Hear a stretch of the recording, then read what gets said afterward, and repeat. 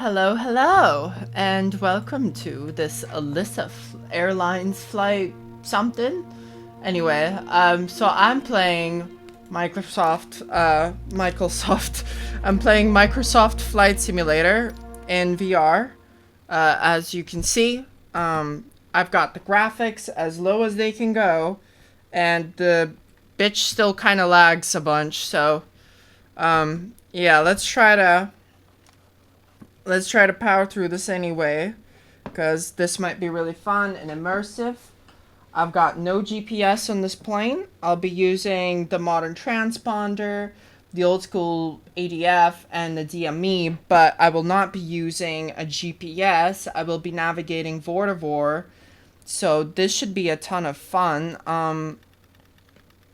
We're flying from France, somewhere in France, to somewhere in the UK.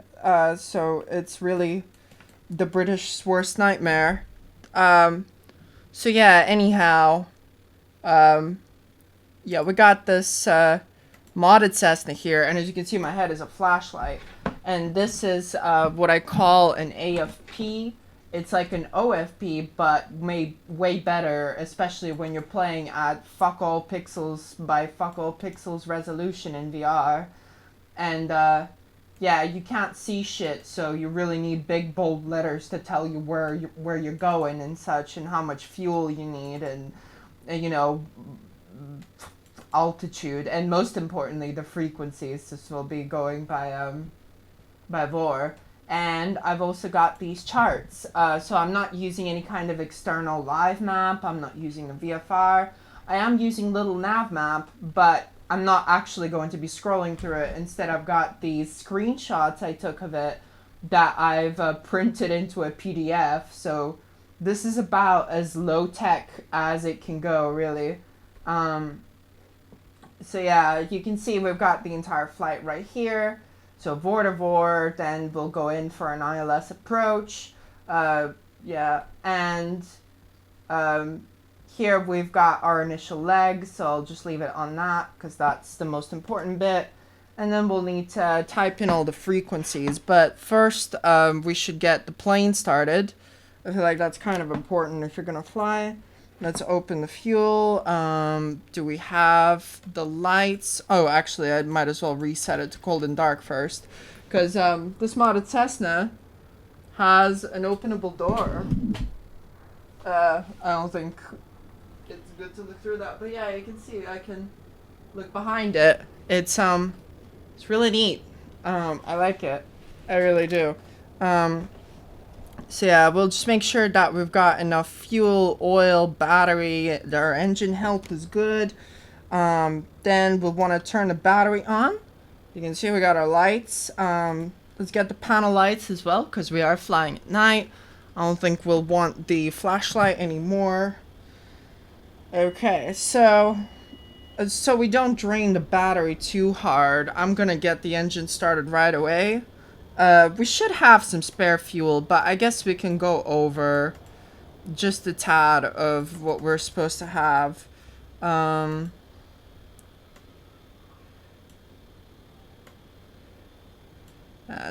be a little tricky to use the mouse like this in VR sometimes, but hopefully it won't become too much of an issue in flight. And by the way, we can also enable these right chocks and pitot cover and so on and so forth, and engine cover, which I think will show up out front.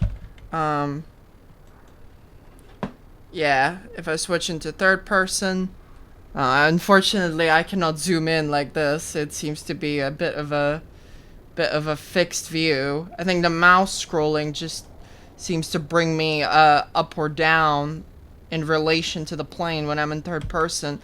So that's kind of interesting, but to be honest, I'm surprised they even bothered with a third person view for VR. You know, I mean, props to them. Like, the more you put in your game, the better, right? So let's get these lights on. Taxi, landing, blah, blah.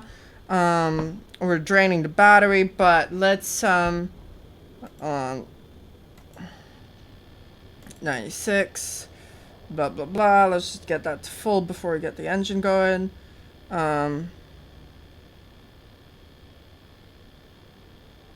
We'll kick in the alternator, throttle to idle low, like 20%, prime once, and yay, we're started.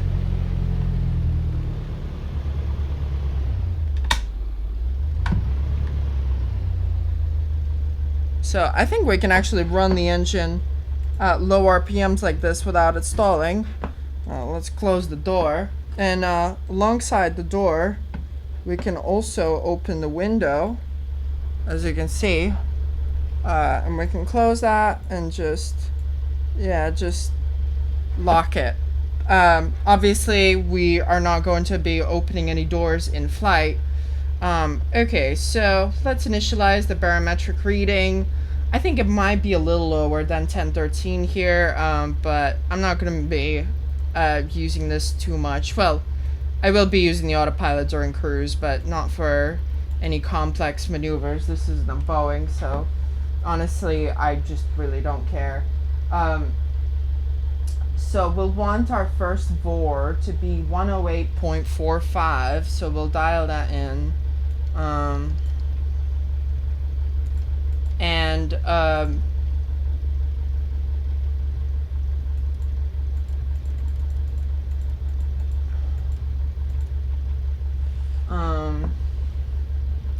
Yeah, VORs are confusing, man.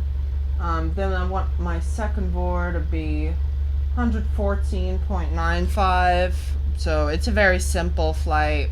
I have done it before, but never in VR, so I presume everything's gonna go wrong. But if that happens, then that'll just be all the more entertaining, right? Okay, oh,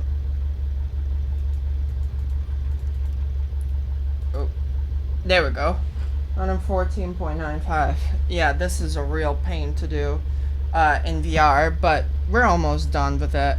Then I guess I might as well have 108.15 on the standby frequency for the ILS approach. 108.15. Nice. I'll just change that here. Now, I hope I remember what radio I have got everything to.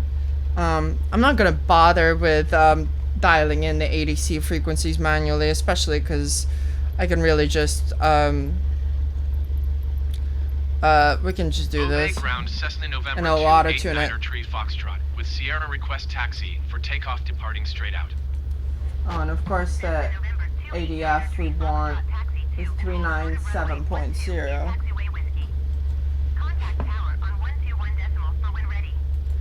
Acknowledged.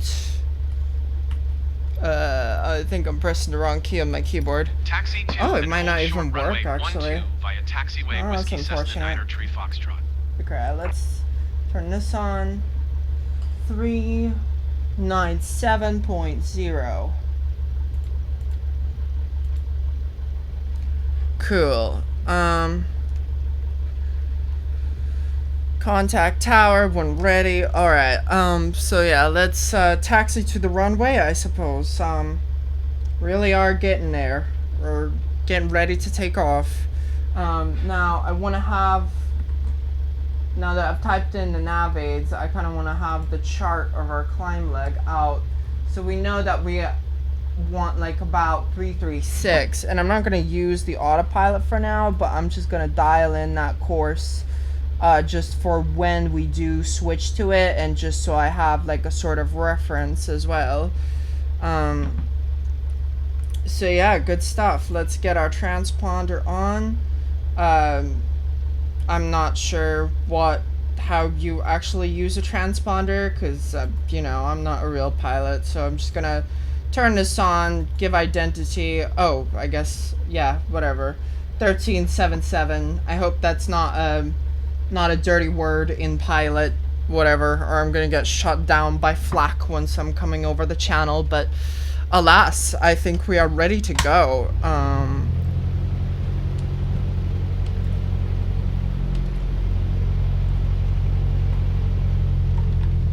Oh, right. I enabled those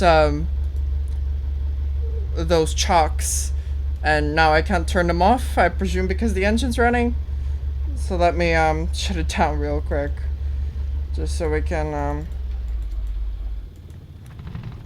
yeah, let's get rid of these.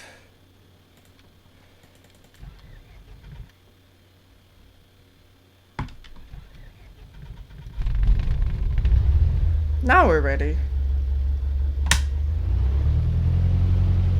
And we're taxiing towards the runway. Alright. So, gonna make it slow and steady. Keep an eye on the brake. Keep an eye on, well, everything really. One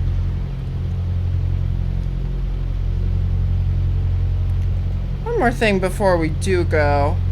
Kind of want to swap, one thing I need, the engine temperature. I kind of want to swap it for the clock. The clock is iconic. It looks cool. Alright. So yeah, we're pretty much on the runway. This should give us the option to contact ADC and ask for clearance. Yep. Well, it's saying VFR here, but I'm gonna fly IFR. Beauvais Tower Cessna November 289er tree Foxtrot ready for departing straight out at runway 12. Cessna November 289er tree Foxtrot QNH 29er decimal 9er 1 wind 219er at 4. Straight out departure approved. Cleared for takeoff runway 12. Cleared for takeoff runway 12 Cessna 9er tree. Here we Foxtrot. go. Alright. Let me close this ADC panel. And that's probably the last I'll actually use the ADC. But yeah. So we should be going approximately 107 when we get off the runway. Let me get the flaps down for takeoff position. Oh, I think we're getting knocked over by the wind a bit. I should have deployed flaps before I decided to actually try and take off, but this will have to do, I suppose.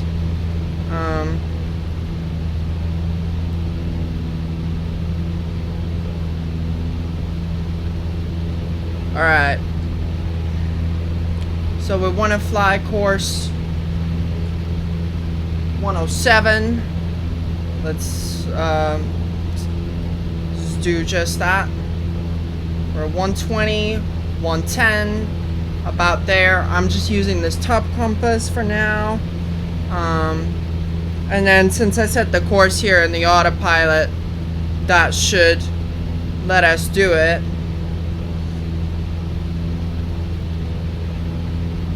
Once we turn around, that should hopefully bring us about. Keep an eye on the airspeed. You see, it doesn't matter if you have flight sim at low graphics when you're this high up and it's this dark. I'm sure we would be able to see more lights if I had higher detail enabled, but alas, we're slightly off course. Go to 33. Not too much of a correction. And yeah, just thereabouts.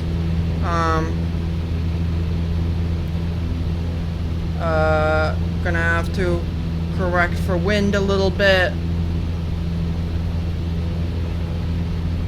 Yeah, okay. I think we're good.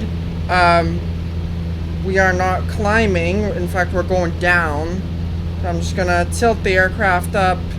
And I do have buttons bound on the controller to trim things out, but they're kind of inconvenient to use. So yeah, we've got 41.5 to our first VOR, which, if we engage the autopilot for a second, just to keep us on a heading and climbing at just like 300 feet, and we can arm the altitude to climb to about 5,000 for now, so that should work okay. yeah, I don't want to climb too fast. This tends to stall the aircraft out a bunch, especially once we get high up. I could maybe, that jump scared me. I didn't mean to actually go in third person. Oh boy. Alright, so let's have a look at this and, let's see as well. So,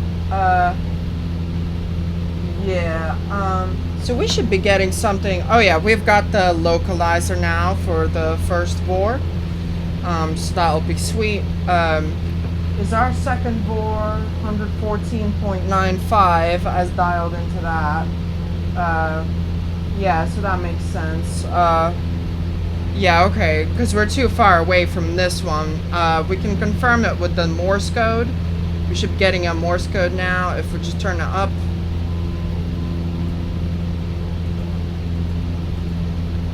Nice, okay.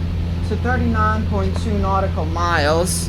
Now, if we check our chart, we know when to change course, or rather when this leg will be completed. Once we are approximately 39 nautical miles away, then we'll have to dial in to the 164th radial, or about 164 degrees away, rather. So yeah, that's now, actually. So, I kind of missed this part. Oh boy, things are already kind of not going well. Yeah, we want about 164. So let's select 164 here. 164. We just passed. Yep.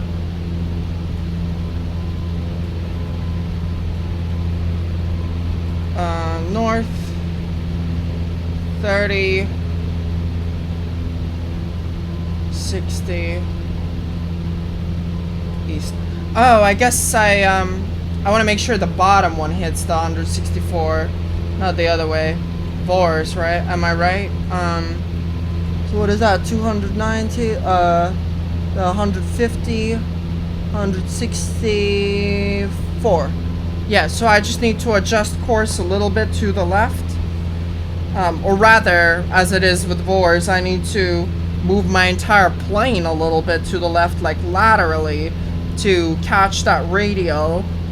And that should hopefully bring us on course. Radio navigation is a load of fun. And I mean that in both the good way and the bad way. Alright, so I guess once we have like we have about a 30 degree-ish, or even slightly higher, intercept on the radial. So that should hopefully allow us to intercept it quite soon. I can see the line is moving ever so slightly. I really would expect it to move a little bit faster than this. I just hope it doesn't like jump out immediately and mess things up. But I think it's moving. Come on. This is definitely centered enough. At least, you know, for my impatient self. Let's just slowly steer that out, and then 33, between 33 and N for our heading. Oh shit, we're like going way too far. Let me dial on the throttle back a bit here. Watch the airspeed. And yeah, so we should be roughly heading to it among that particular radial. Now, I'm not going to cheat, so I'm not going to know whether that's the case.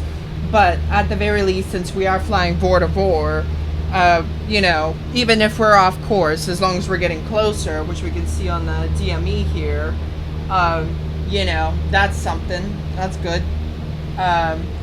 So the ADF will only be really using for the approach. So if you can see on the chart for this leg, all we have to do is just follow from our intercept and along this radial to about here, and you know, really as long as we have it, it's all good. And once we cross over it, we really want to fly from it at a 334 degree angle from it, 34 degrees away from the radial, and I guess that would also make it just a heading of 334 in general, but that'll be one way to find out. But yeah, once we're done with that, we'll be heading up here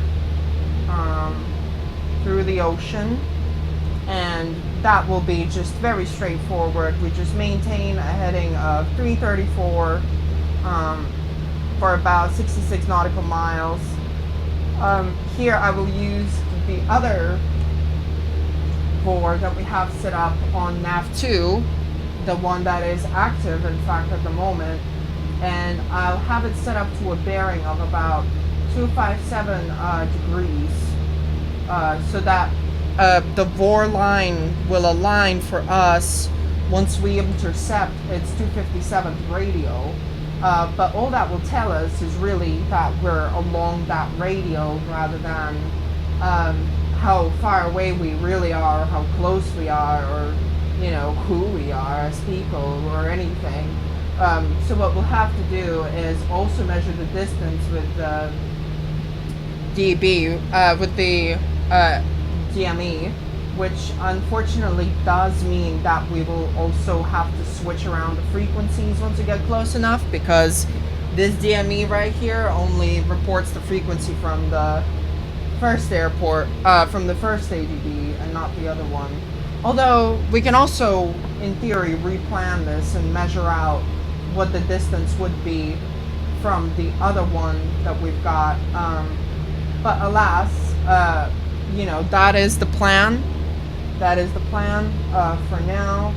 And we'll know that we're right in that spot once we're 10.3 nautical miles away. Normally you have to use two VORs to cross-reference your position, but if you got a DME, you're good too, because you can measure distance, and there'll only be one point I'd give it any distance, given a certain radial from a VOR. Cool. So once we get there, we get there. For now, though, we have to reach this one, so we're 29 nautical miles away. So hopefully that should be all good.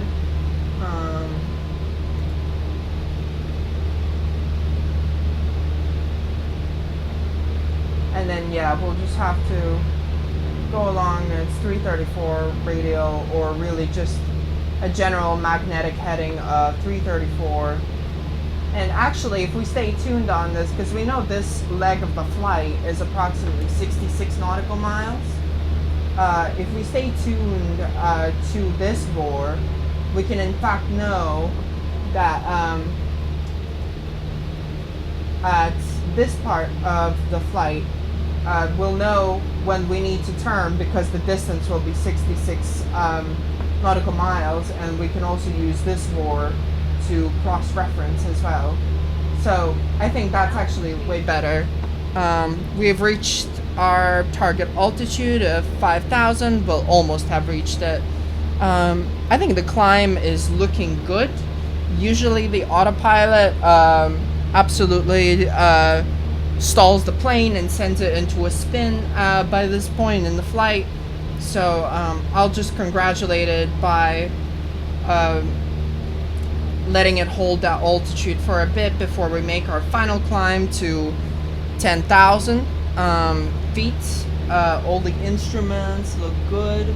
The ammeter is actually positive, which is great. Usually that becomes a negative fairly quickly. I've got the throttle RPMs right in the green. So yeah, surprisingly we're doing great so far. We've only just departed, you know, the hard part is getting it all down. So yeah, based on this chart, we'll set this to the, might as well do it now. I'll set this second radio to the 257th bearing. I just want to make sure,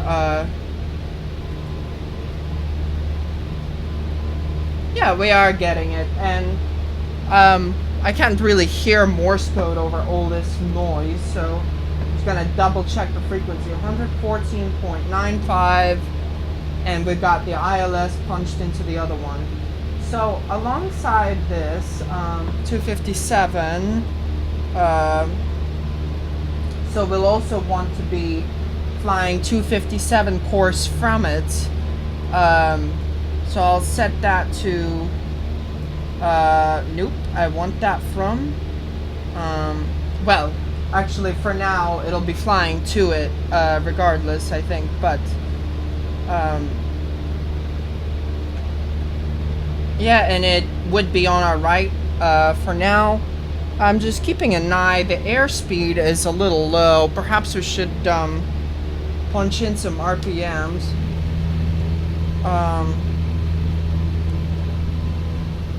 257. Is that the correct thing? Yes, that is the correct magnetic bearing. Right radio. Cool. And in addition to that, though, once we do end up at this intercept here, I will also use the ADF radio, which will use this instrument above to show me the relative position of an ADF beacon located here at the airport.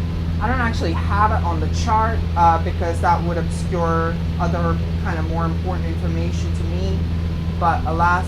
We'll also tune our second comm radio into the ATIS for this airport once we get close enough, just so we can get like a, you know, basic weather report.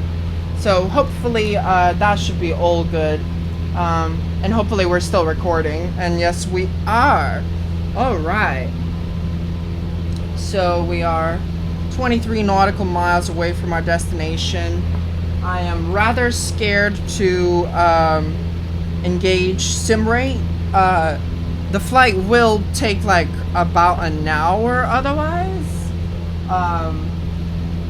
but yeah, you know, one way to have fun, I suppose, to just sit here while the autopilot does its thing.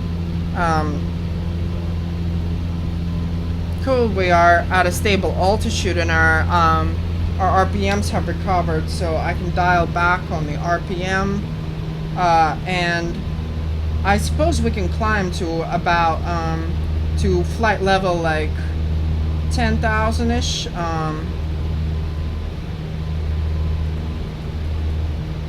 If we change that to vertical speed mode, let's just make it nice and slow, 300, and I'll set our final altitude to about 10,000. Let's keep an eye on the airspeed and on the vertical speed indicator. We can bring the wheel back. It was really fun flying without the wheel. This wheel, it doesn't look too great with the low graphics, does it? But, you know, could be worse, obviously. But yeah, so far so good. 80 is not perfect RPMs, but it's not bad either. I don't want to go full throttle just to not stress the engine too much.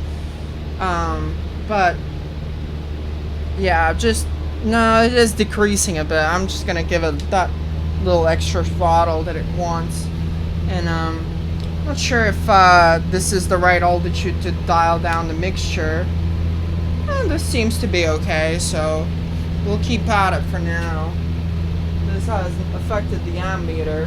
Last flight I did, I had battery failure, so I most definitely don't want to repeat of that because I was like doing it perfectly. Well, I got turned around a couple times, but you know, as long as you find your way there in the end, But yeah, I was doing it perfectly, and then boom, just like battery completely ran out. You know, just wasn't so great. And yeah, I hope the mic's good. I haven't really, like, I always test my setup in OBS, but it just, you know, it never really comes out the way I want it to. I hate dealing with audio when I'm recording videos, honestly. It's just a real pain in the A.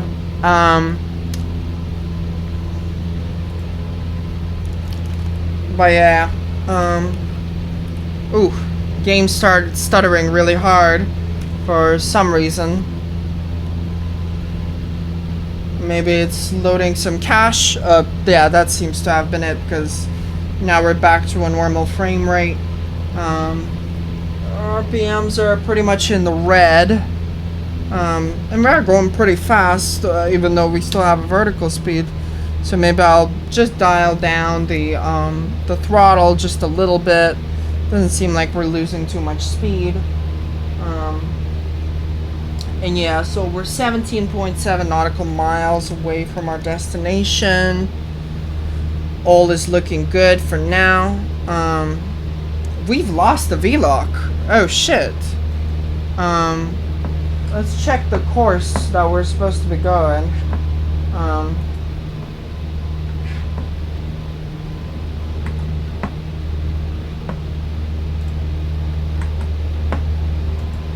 Alright,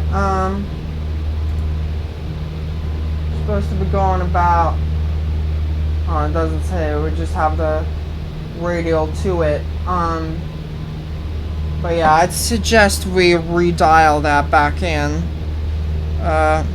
Probably got knocked off by wind as well, so really should apply a wind correction too. We just want to head like 33. That'll be perfect.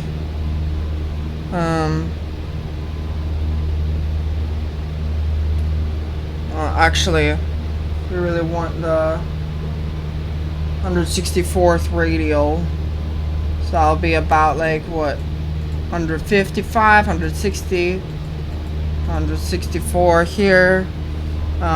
So we should really shift our entire plane a little left.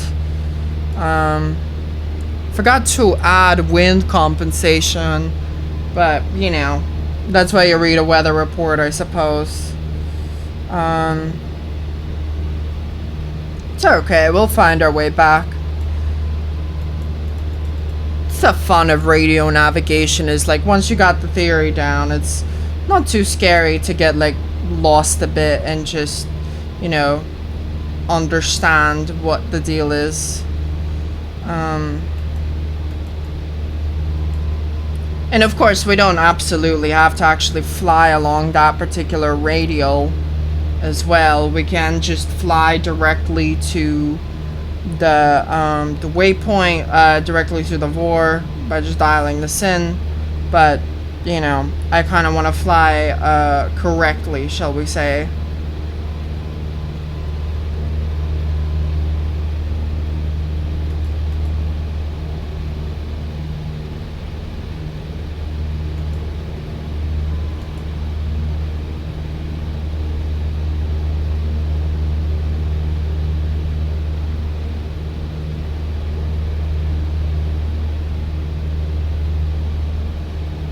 Oh.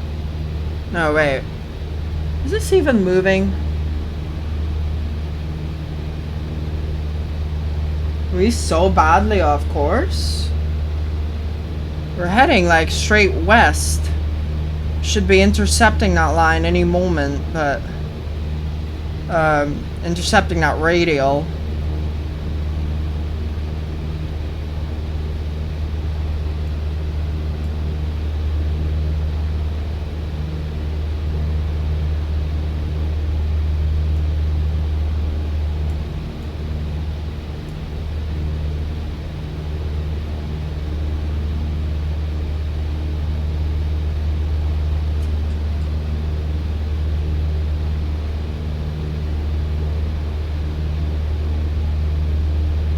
don't think it's moving at all. Doesn't even seem to be really registering anything. So, perhaps we should just fly directly to the VOR.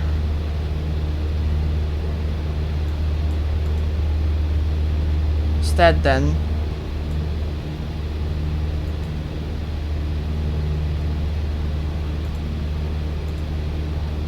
Would suggest that we're close, but for some reason we're just not intercepting it. Perhaps I'm making a mistake.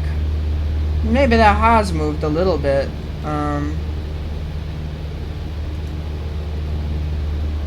Yeah, I guess it is moving now.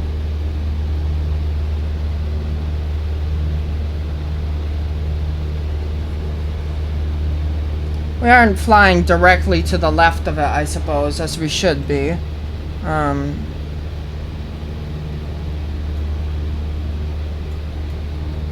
think I can make an even harder bank to intercept the radial even faster.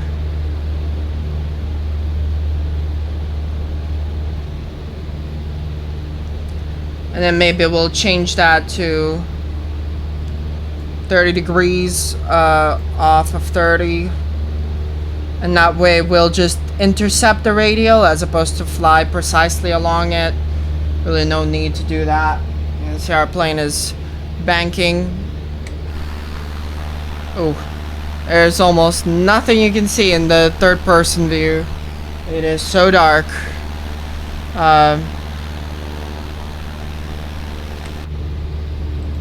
Still have the taxi and such lights on, actually. Don't even need those, really.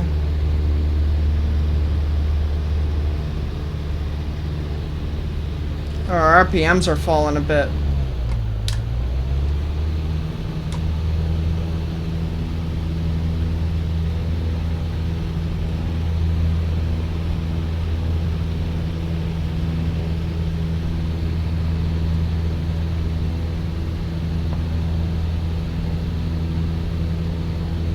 So once we're very close, we just need to set this course to intercept the radial. Now, I didn't actually get a weather report or anything, so I don't know where the fuck the wind is coming from, which is a shame. Really should have included it in the AFP. Maybe that'll be AFP version 2, but alas. Yeah, so let's just change that to heading 33-ish here, maybe 340, and yeah, about right, I'd say.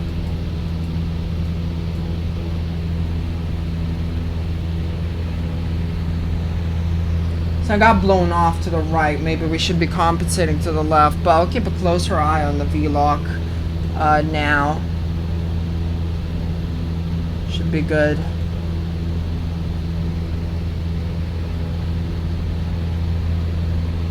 We are getting blown off of it, if you notice, even right now. It could be our compass as well. I did not align the compass on this heading indicator before we left the airport, so that could have something to do with it too.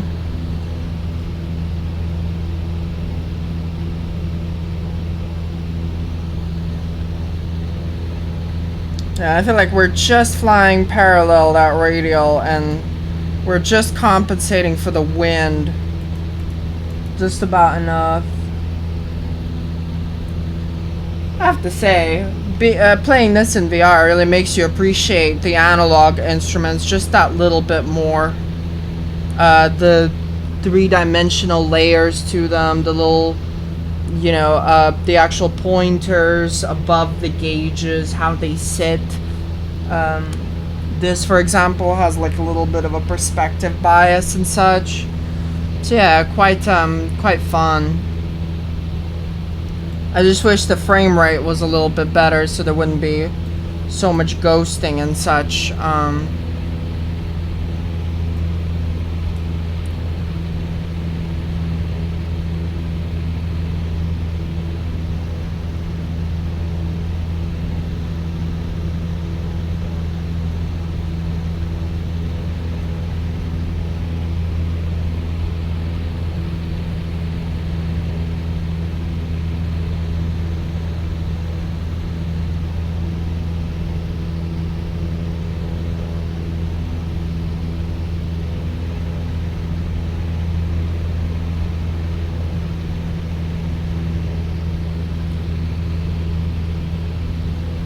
Wish I could lick my finger and stick it outside of the plane so that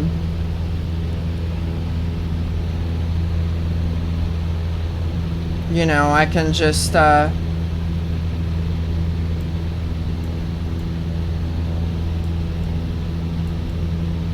now we're actually drifting to the left of the radial.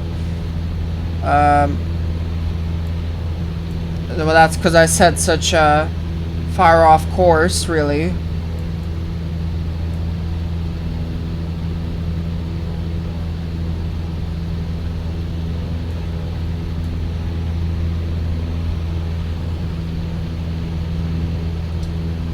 I think the needle is actually moving to the center, even though I think we're a good few degrees off of the course. Yeah, because this is pointing at like 355 or 345, and we're going like 320-ish, and we're drifting to the left a little bit now. Okay, so we've reached our altitude of 10,000 feet, or we'll reach it soon, rather. I always forget that this gives you a little briefing, like 10 or so 1,000 feet before you actually reach the altitude. So I'm always like, I hear the warning altitude and I'm like, oh, sure, we've reached the altitude. But in reality, it actually means there's still like 1,000 feet to go. I suppose that is helpful if you've got some kind of procedure once you're in cruise.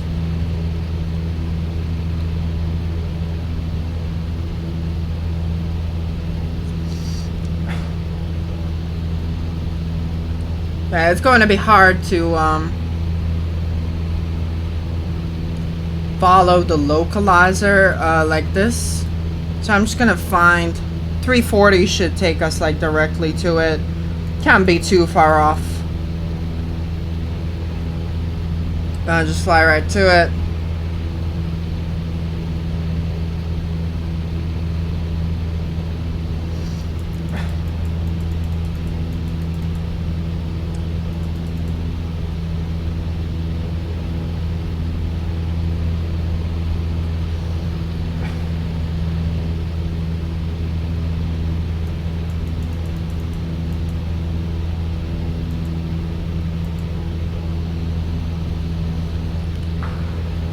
Make sure no one touches this wheel. It starts plunging the plane down.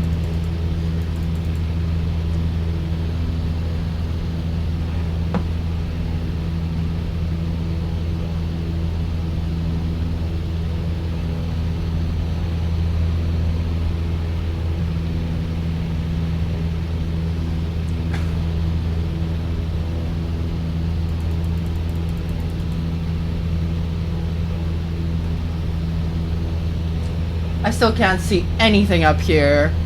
I do not think it's supposed to be this dark. It might just be a VR thing as well. I definitely can see some of the cockpit in my monitor. I don't know if this has a reading light or not. I think this might be a reading light. This orange? Oh, why are we leaving? Oh, why are we leaving altitude? What is happening? We're at 9,000.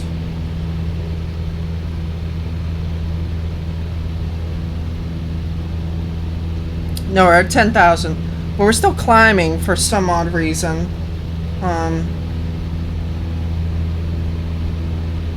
Yeah, we definitely do not want to be above 10,000, ideally. I'm not sure why we are still climbing. Perhaps I should take over a little bit on the autopilot. Let me disengage it. Let me dial down the RPMs a bit.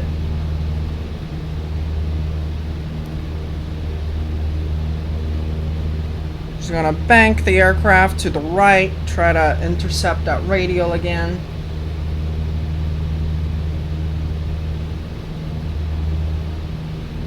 I find it really difficult to follow the VOR line. Stop it.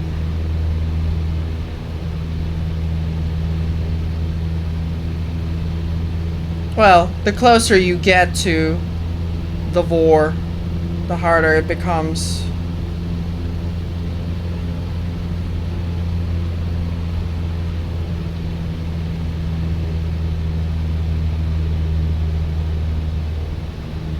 What has happened?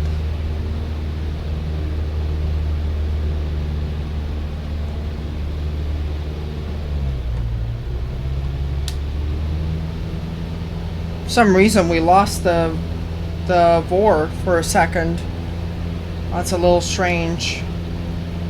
Hold on. Oh wait, have we passed it? Yeah, we have passed it. 1.6 nautical miles. Great. So we should now be flying along its 330 radial, or really just a general course of 330. I didn't even realize we actually passed it. Oh. Didn't mean to plunge the aircraft down so fast.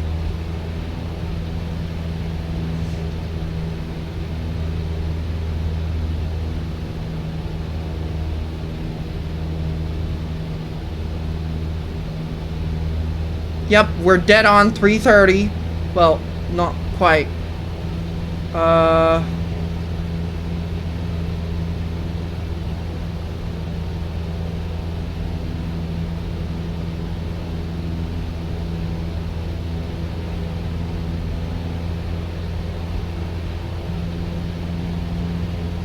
Oh boy.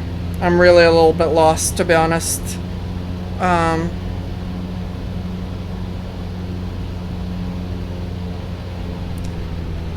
Oh, and I keep plunging it down. I'm like at 7,000 feet. Bloody hell. This is gonna be quite tough, you know. Ah, we can always climb back up with the autopilot. Oh, we're nearly stalled.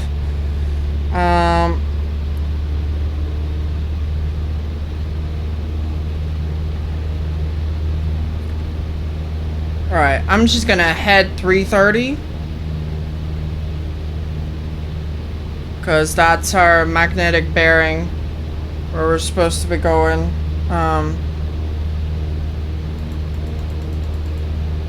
But that was unfortunately from the point. So as we have passed that, I think we need to actually change it to intercept at radial again.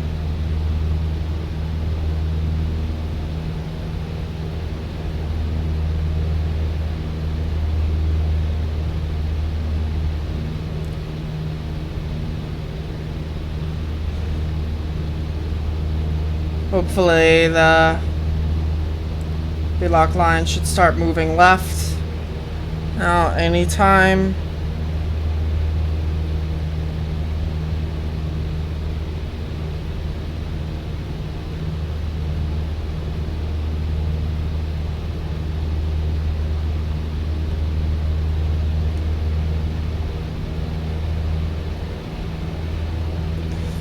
Ah, shit. Keep plunging the thing down. We are getting closer, so we're definitely just a little bit lost, I think. I think I might just get into a hold and see if I can figure out where we are. Oh, hold on. The line's moving now.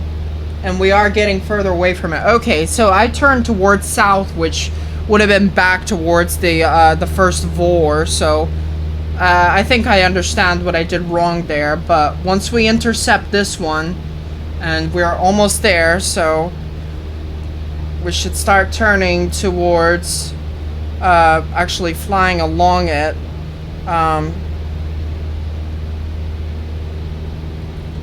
Okay, well,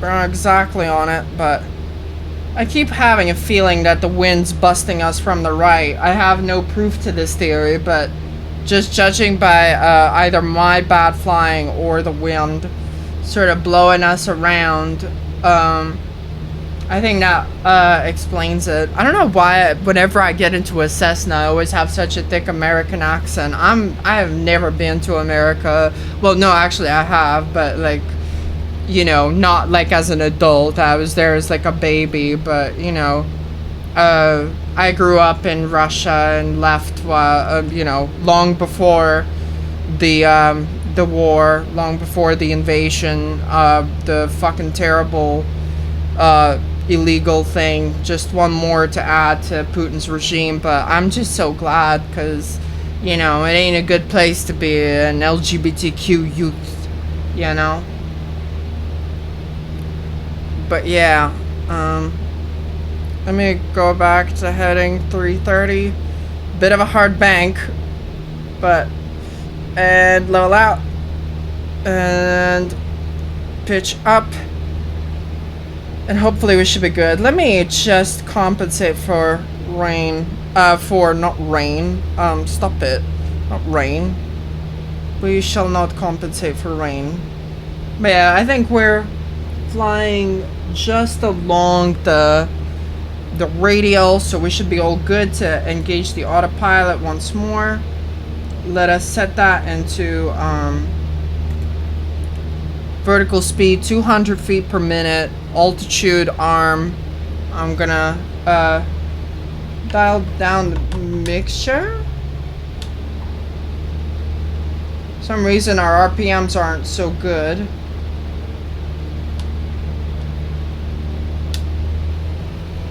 Give it some more power to finish that climb to 10K. With all these maneuvers, I actually managed to drop us to 8.5, so not a big deal, but you know, not proper, not exactly what I wanted.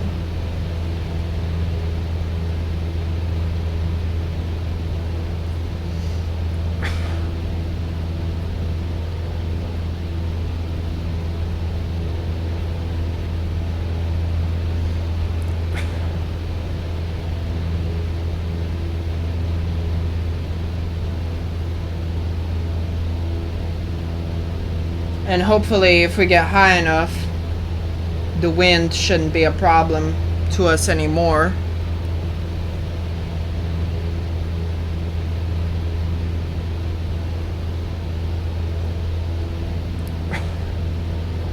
Though of course it's not like in a A320 where I noticed that our compass down here is a little out of alignment. Because we're showing a... Well, no, actually, this is about right. This is correct. Never mind. That was just, my brain was out of alignment. Let me check if we're still recording.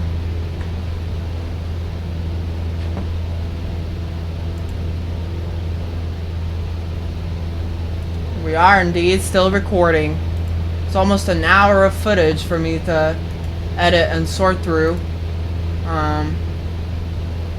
Yeah, hopefully we'll not run out of space on my hard drive before this is over, and hopefully the sound is good and all these other things. Meanwhile, I'm gonna vape and chill and drink a Red Bull. Yeah, I wish this was a live stream now so that I could just chat, but alas. We are set to roll, not heading. Not that it particularly matters, because I did put us into the right heading, and we don't seem to be getting blown off course as much anymore.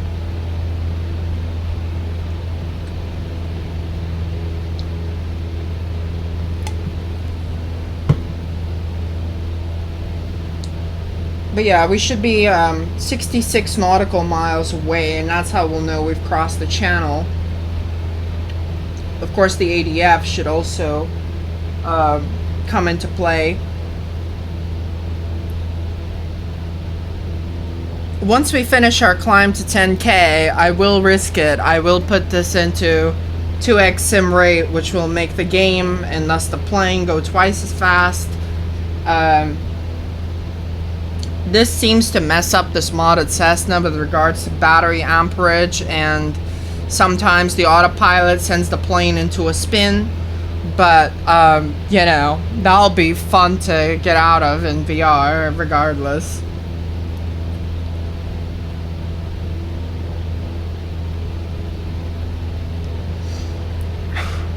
We do seem to be drifting a little bit to the left. I can try to correct for that. Maybe a course of, what is this, like 320? Yeah, maybe a course of 320 will be just about right.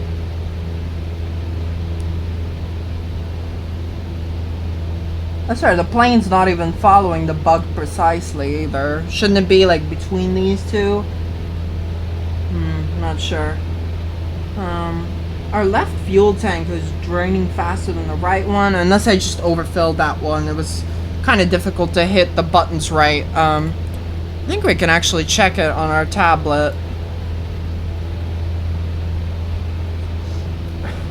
Only by 1.1 liter. Not big enough difference to really worry about.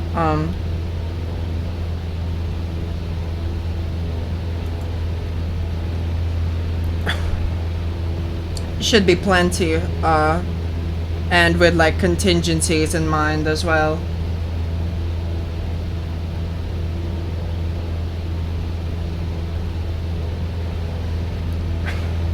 As we get closer, we should start seeing this localizer start aligning as well, if we've done our homework right, and I've done the flying right.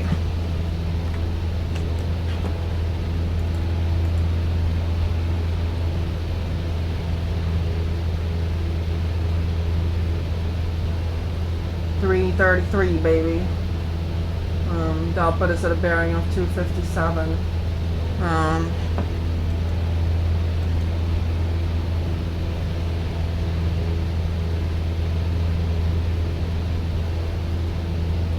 Yeah, we're getting there. We're getting to about 9,000 feet. But yeah, I mean, obviously, if I can't get this into the right sim rate, perhaps I shouldn't bother with the sim rate. I don't want to crash and have to re-record this and kind of lose the flow. If it gets too boring, I think I'll just edit this out.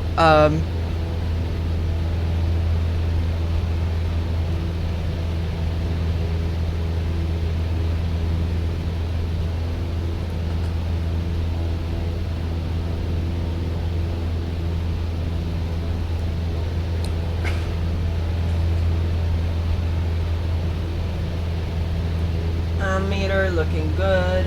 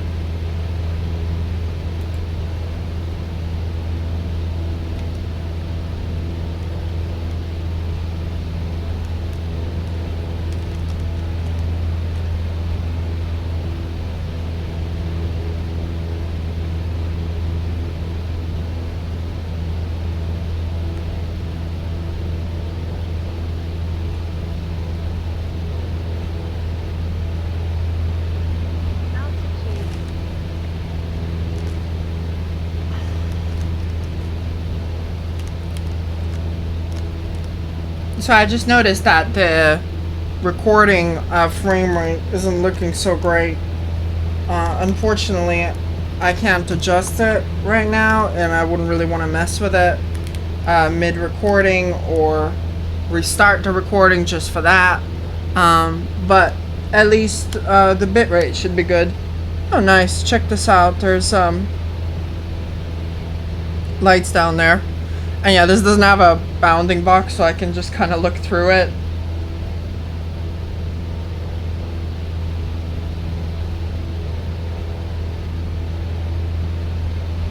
Yeah, I would be seeing a lot more detail if I had this on like ultra graphics, but alas. I'm almost at 10k feet.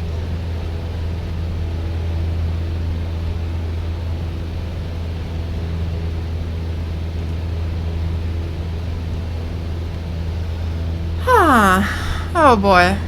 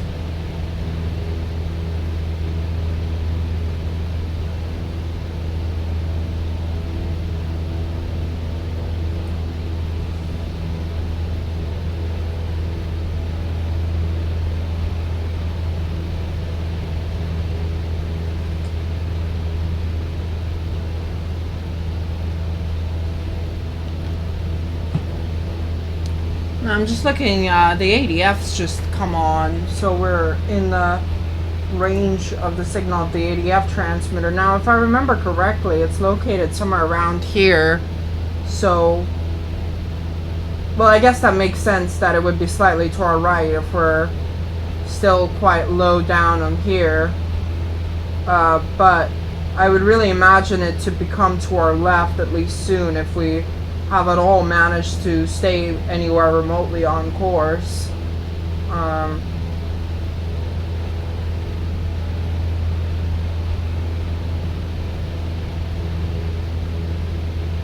Might be worth switching our radios around so we could get the position from this thing instead.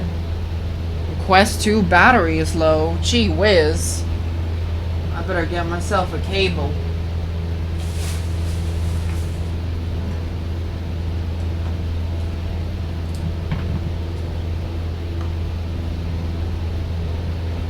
Yeah, I would really anticipate that to become to our left, at least soon.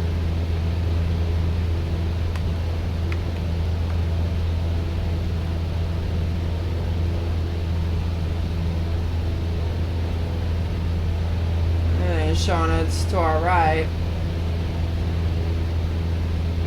Well, let's keep an eye on it for now, I guess. Unless it is trying to move left now. Yeah, I'll just, you know, keep my eye on it.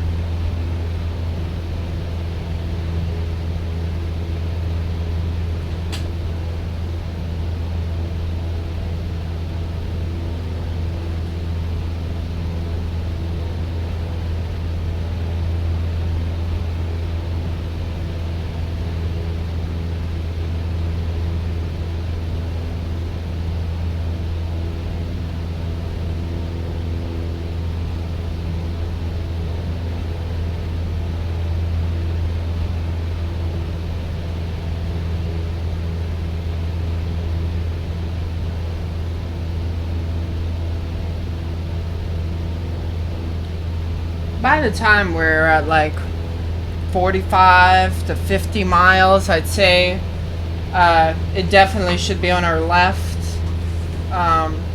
If it is not, then I would say we are probably a little or really a lot off course. But yeah. It is mostly dead center, to be honest, so it's just kind of shifting around as well.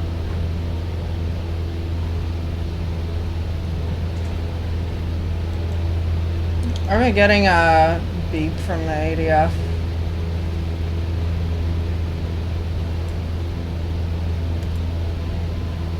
We are.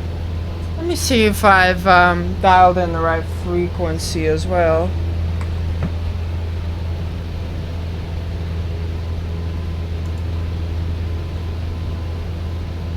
.397, so yeah, it should be good.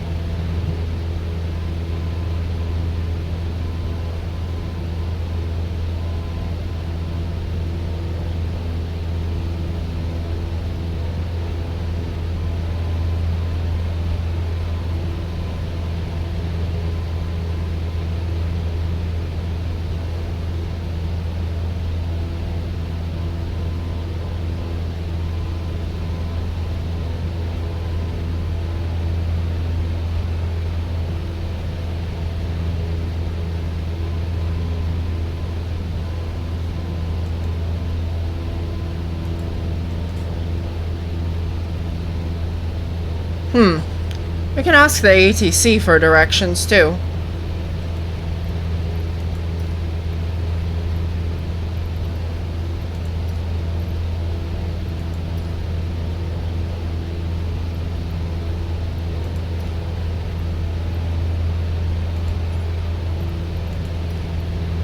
Echo Golf Mike Delta Airport information Kilo 010. Echo Golf Mike Delta Airport information Lima 0100 Zulu. Wind 2 Tower Cessna November 289er Tree Foxtrot is 27 miles southeast 10,000 feet with Lima Tillé. 1,600 feet broken. Cessna November 289er Tree Foxtrot Tower. QNH 29er decimal 821247 at 10. Make left traffic runway 21. Enter left traffic runway 21 Cessna 9er Tree Foxtrot.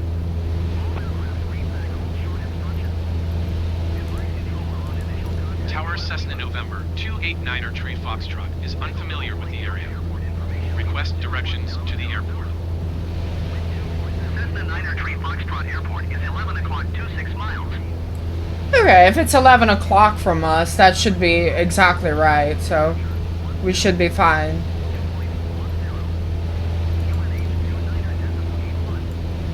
ILS runway 21 in use. Landing and departing runway 21. VFR aircraft. Echo Golf Flight Delta Airport information Lima 0100 Zulu. Wind 246 at 10. Visibility 6 and heavy rain. Sky condition ceiling 1,600 feet broken. Temperature 17. 2.10. QNH 29.81. ILS runway 21 in use. Landing and departing runway 21. VFR aircraft say direction of flight. All aircraft read back hold short instructions. Advise controller on initial contact UM Lima. Echo Golf Flight Delta Airport information Lima 0100 Zulu. Wind 246 at 10. Visibility 6 and heavy rain. Sky condition ceiling 1,600 feet broken.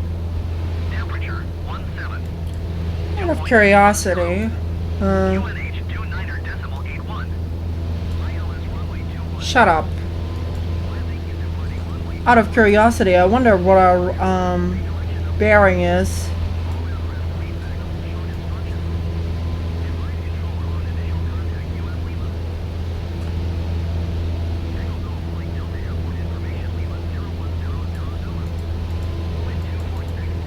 We're almost directly north of this, so I mean, I'd sort of expect that as well.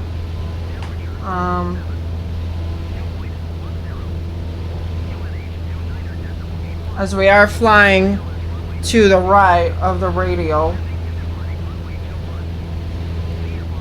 But that should drift to the right, yeah.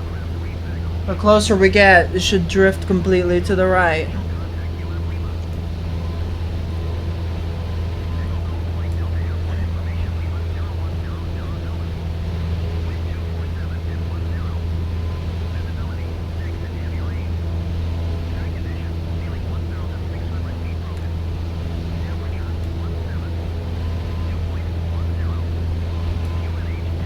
No, hold on. That's not how VORs work. Shut up, Alyssa. If we were to fly north, we would fly almost directly at it, so I feel like flying to the left of it, it's almost perfect, really. But I suppose we can intercept the radial just a tad more, just to be sure we get to the right spot and such. I don't know.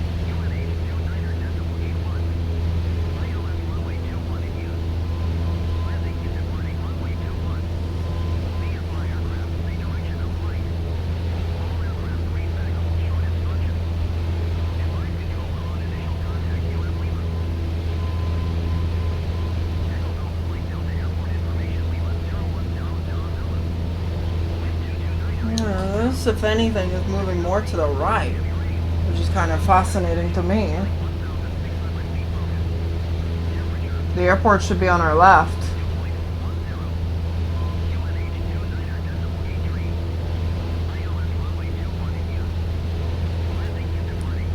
What is our current from bearing?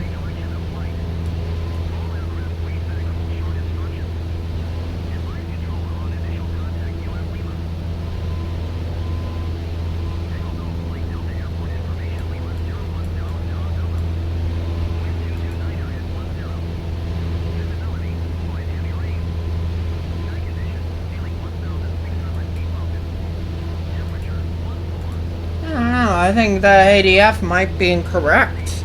I don't really know which instrument to trust, but it should be more obvious once we get to the spot, really.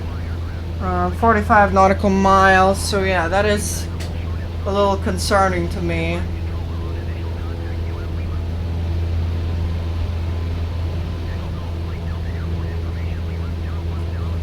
Perhaps I wrote down the wrong frequency, who knows?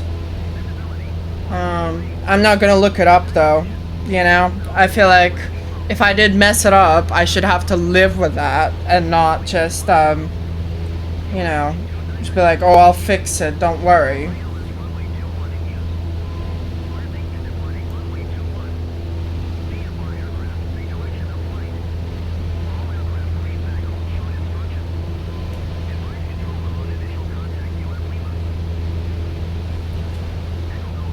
$257.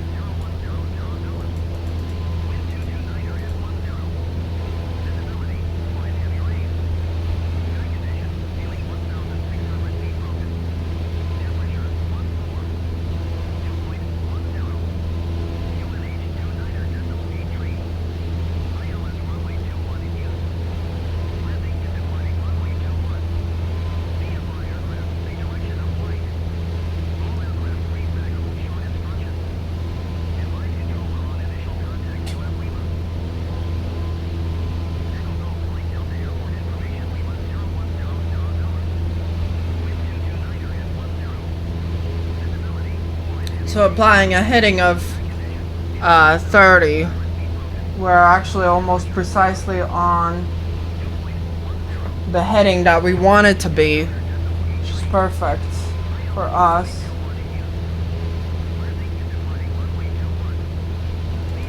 Well, we're a little off course anyway because I'm going for 330 and not like 334. I guess we can align that a little bit more.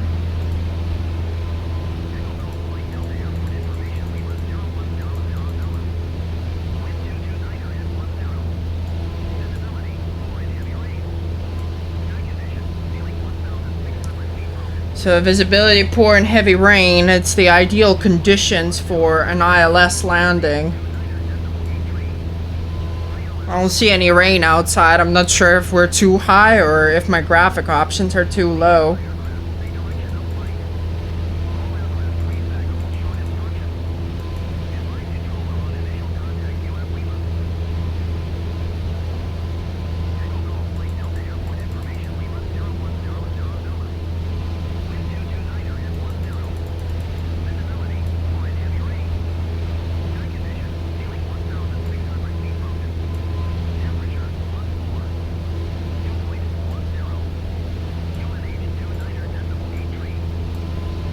This should be the more accurate radial.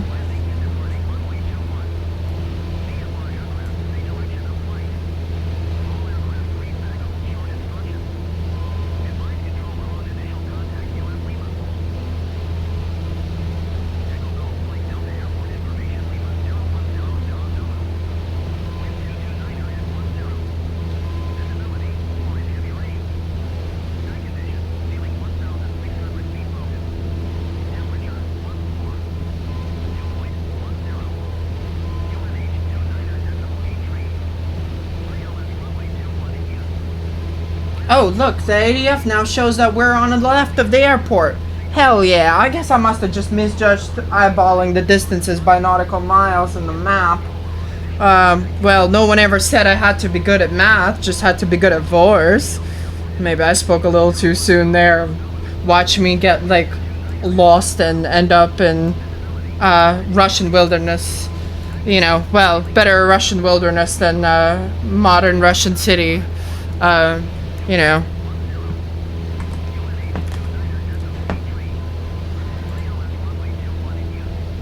Oh, we're still recording. How nice.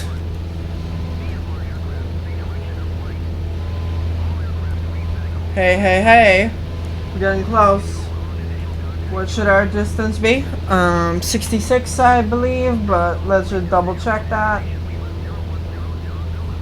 Yeah, 66 nautical miles, so we're getting pretty close. Still haven't quite intercepted this, precisely.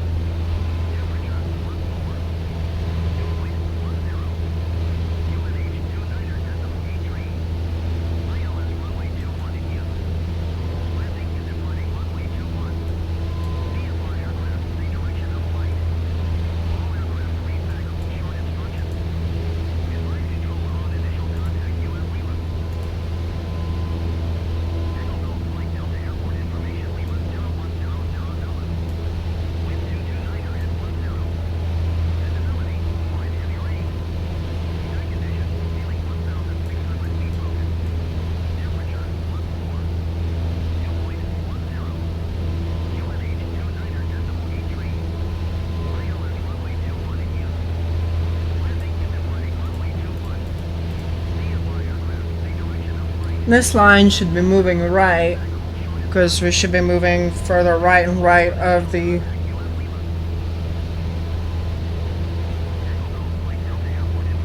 Well, I guess if we don't figure out that second VOR, it's not really the worst thing that can happen, because we have got the ADF signal now.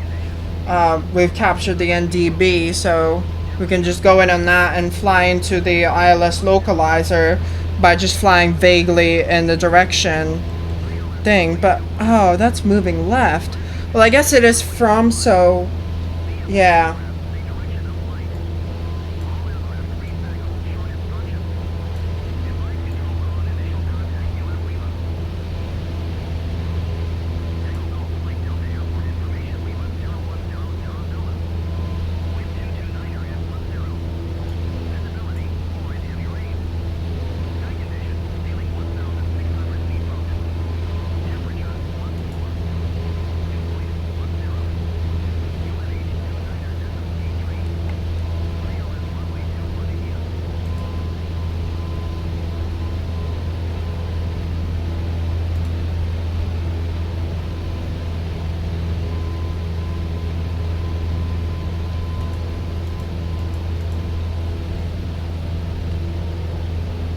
No need to have the addon on all the time.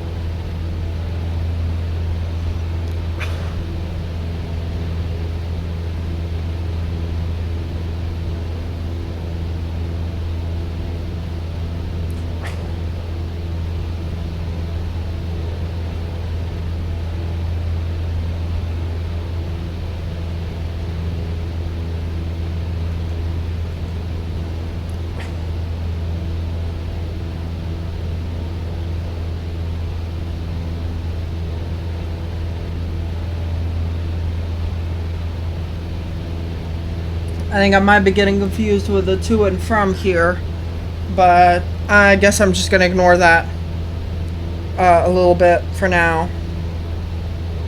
I think in theory, this is because we're not turned left, although really not quite sure, honestly.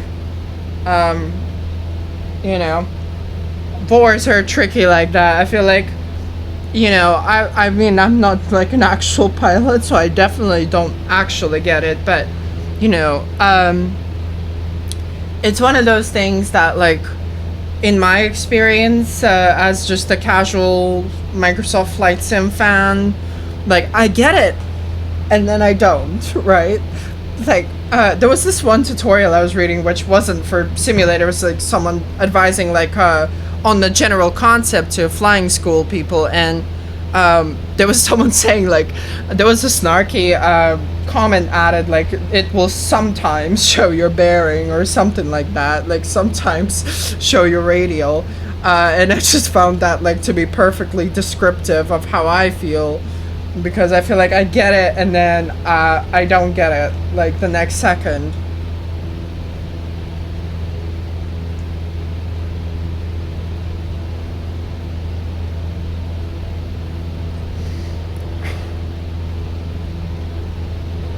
I would say we can actually dial down on the RPMs and start our descent.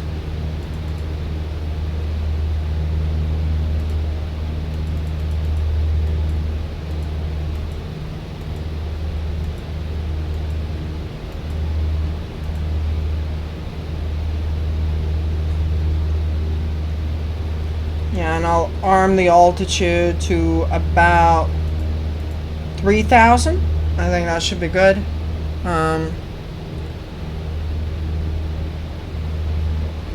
don't know how to do top of descent calculations. I think that disclaimer, I'm not an actual pilot, was not necessary in retrospect. But we are getting close to that 66 nautical miles point. Oh, look! Hey, looks like I do understand VORs after all. Again, I must have just misjudged distances, but as you can see, that line is moving closer and closer now, so that'll be perfect. I do actually think the bearing we want is 259, so really the setting should be about here, but it was nice to see it start moving.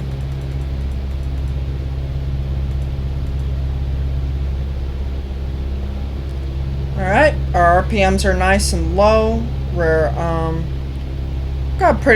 we've got a pretty steep descent, but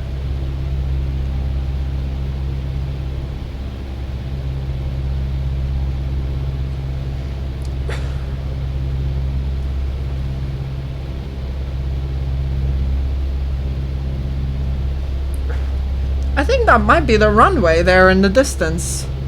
I think that is, because this is clearly like the streets and the coastline, and that's the runway right there.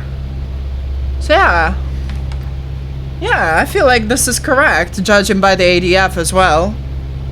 So that'll be perfect. Oh, look, there it goes. There's that line.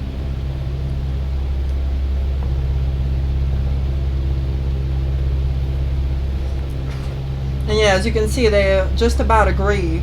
That's showing like 21, and this will be like 260 from the radial, so it'll be great. All right, we're at 65.6, so we should start turning.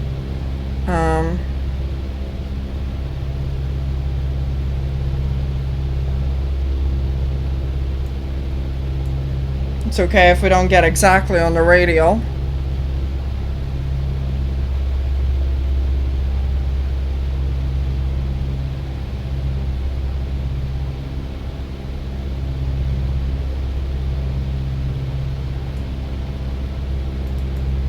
Oh, sorry. I was looking at the wrong indicator there. The course we should be setting is about 21. And that's for intercepting the feather.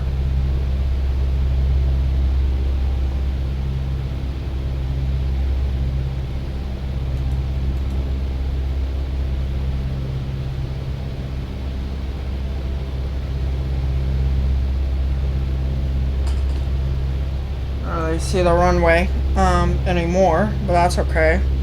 We are descending. Our altitude now 8,000. Wait, why the hell are we getting closer? Oh yeah, we should be, because if you look, like, it's at a slight angle. But yeah, alright.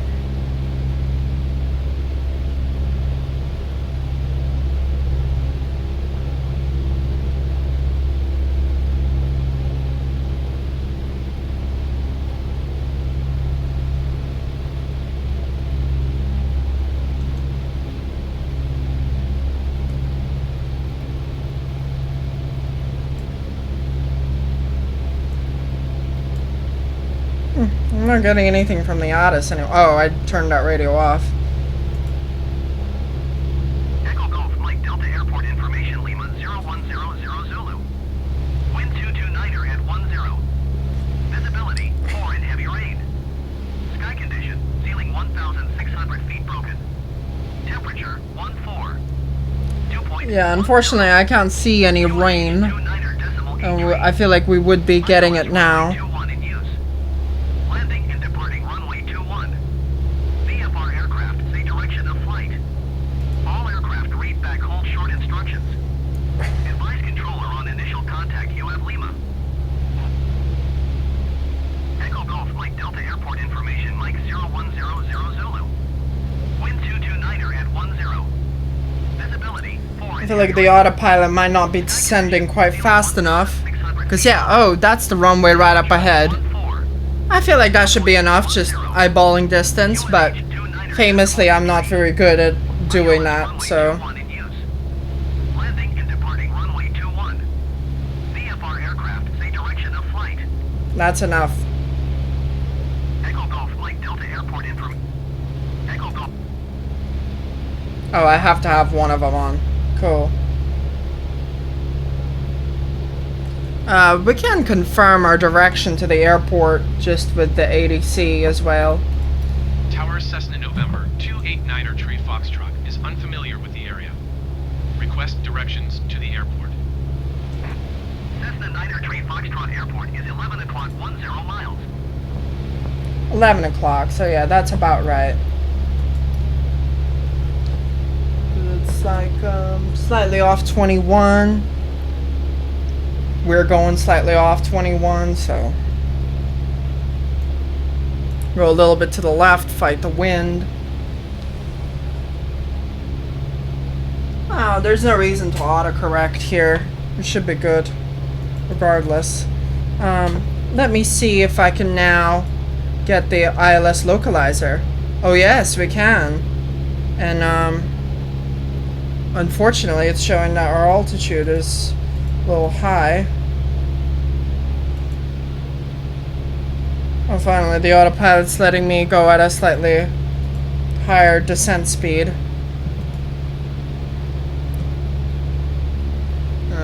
Throttle all the way back.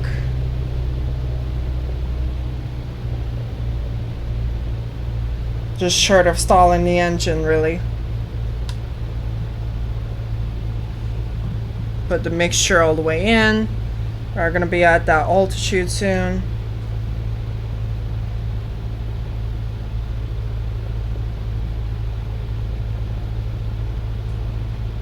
Oh, I think I see the rain now. I see something on my windshield anyway. It's so dark. Can't see anything. No, actually I can't see any wind, any rain. At least not so far. Might be worth diving into settings just very, very quickly. And just turning on windshield effects and nothing else, as like, in order to preserve as much frame rate as possible and not crash the game, I would hope.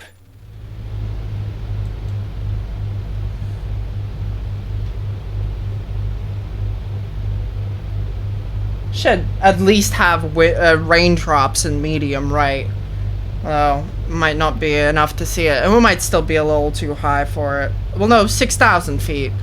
I'm not sure. I don't really think the clouds are above us. No, there's some clouds underneath us. So yeah, cloud coverage, I guess. Really should have listened to that ADAS for Echo Golf Flight Delta Airport information. how long I've had it on. 100 Zulu. Wind 229er at 10. Visibility 4 in heavy rain. Should be at 1,600 feet broken. Temperature 14. Dew point 10. QNH 29.83.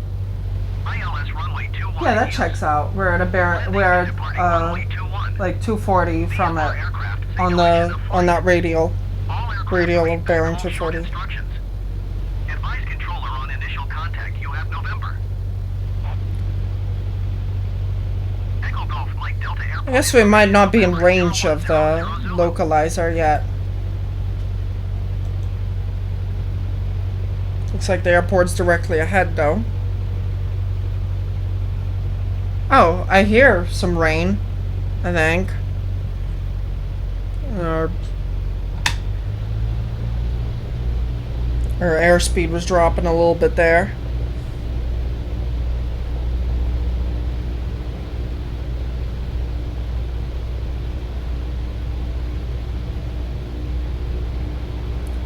I think after 3,000 feet, I'm gonna take over manually. Or whenever we intercept a localizer, whichever happens first, because I really don't think we're descending fast enough for how well I can see that runway. In fact, I might as well take over now. Alright, here comes the fun part. I'm gonna just real quick, one last time, make sure that we are indeed recording. And so we are. Alright.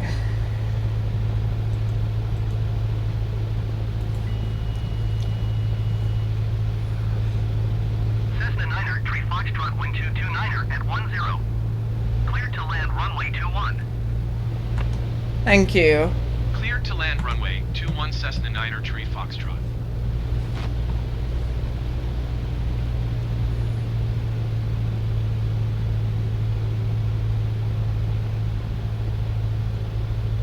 Really need to find out how you calculate top of descent.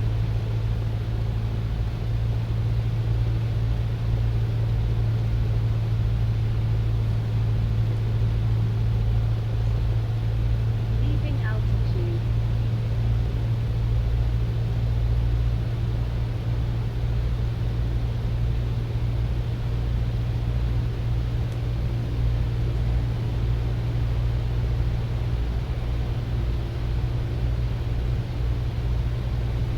I don't know why this says 2.5 nautical miles. Oh yeah, because I dialed in the ADF. Oh, because I'm dialed into the localizer, so actually we're 2.2 nautical miles. I didn't even realize the ILS localizer could have a DME in it. Ooh, so we really need to plunge, I think.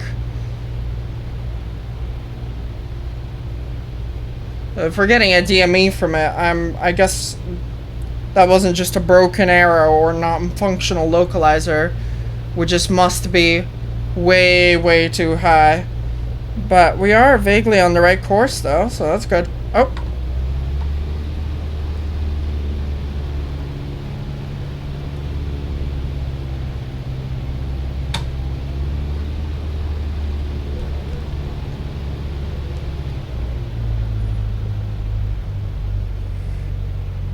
I'm gonna switch to my other throttle.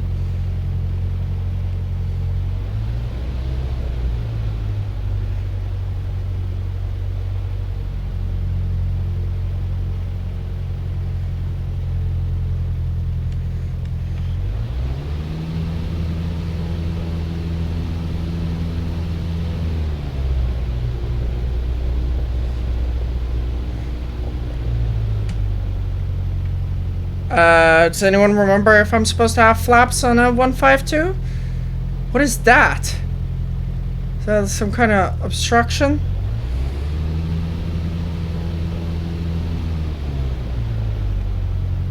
Oh. Oh shit. I think I've got this.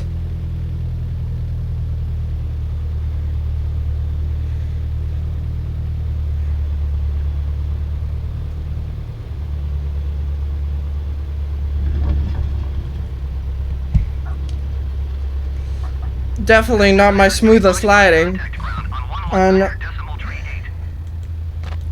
And that is, ladies and gentlemen, why you turn on the landing lights before you land.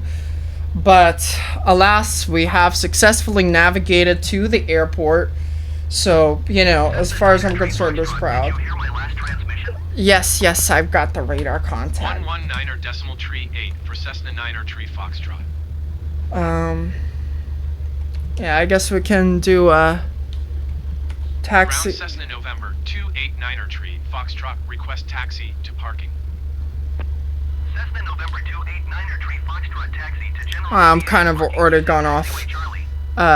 the thing, so.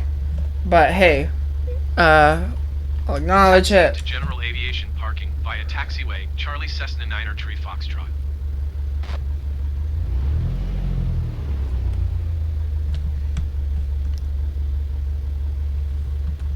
I see what looks like a general aviation plane. I can't tell. I have like object LOD at the possible lowest setting. So I might not even see a plane until it's right up in my face anyway. But yeah, I mean, good stuff. I feel like we can just kind of park wherever, really. Oh, I see something in the distance. Like a car or a plane? A plane? Car? No, it's Batman.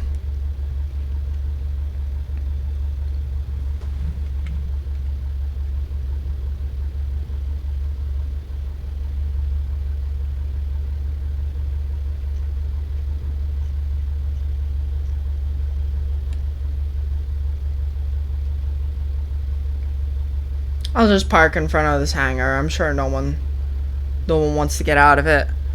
Airport navigation, I feel like, is almost a science in and of itself. But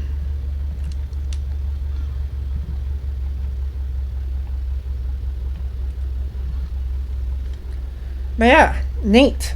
So here we are. We've done it.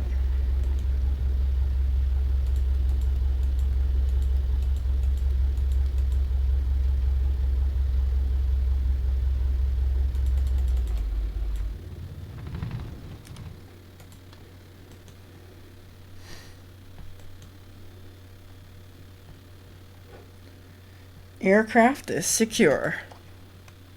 We're gonna charge our battery, fill up the oil, fix the engine a bit. Oh, I'm not sure why engine health was at 99%, what I did precisely. And we still have plenty of fuel left, so I feel like I really overdid it on the fuel. Yeah, neat. I'm gonna turn off our transponder. Turn off our radios.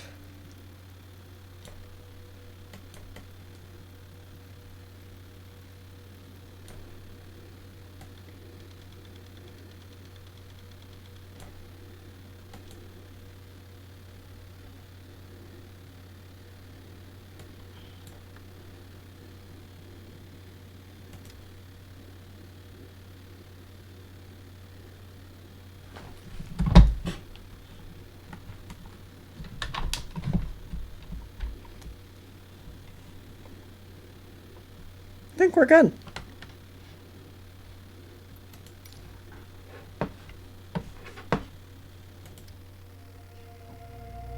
Nice. I don't know if you guys actually can see this or not. Should be seeing it. Yeah, there you go. Logistics from LFOB, 1 hour, 28 minutes. Wow. That was so cool.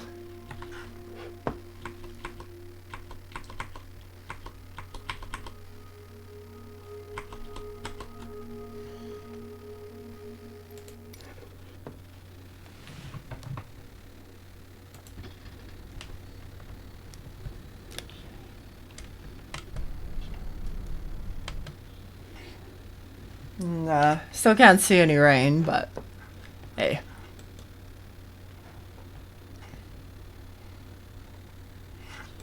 All right, the wheel.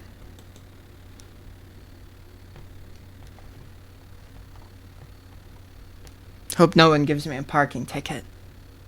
Bye.